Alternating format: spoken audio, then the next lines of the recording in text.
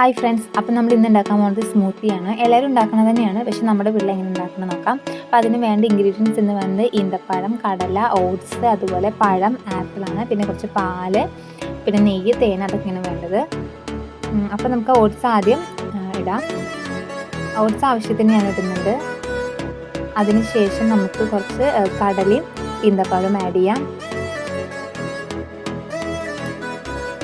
ഇനി ഞാൻ പഴവും ആപ്പിളും ആഡ് ചെയ്യുന്നത്. ആപ്പിൾ ഞാൻ കുറച്ച് ആഡ് ചെയ്യുന്നുള്ളൂ.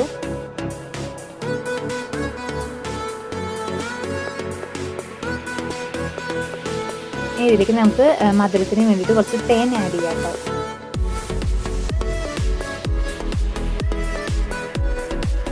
ഇനി ഞാൻ കുറച്ച് നെയ്യ് ഒഴിക്കുന്നുണ്ട്. നെയ്യ് ഇവിടെ എല്ലാവർക്കും ഇഷ്ടമാണ്, അപ്പോൾ കുറച്ച് നെയ്യ് ആഡ് ചെയ്യുന്നുണ്ട്.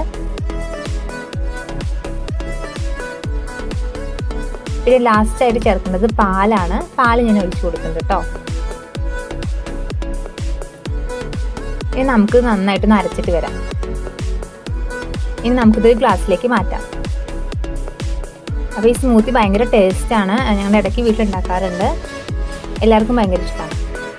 അപ്പം നിങ്ങളും വീട്ടിൽ ട്രൈ ചെയ്യണം. ഇനി അതിന് മുകളിൽ കുറച്ച് ഹണി ചേർക്കുന്നു കേട്ടോ.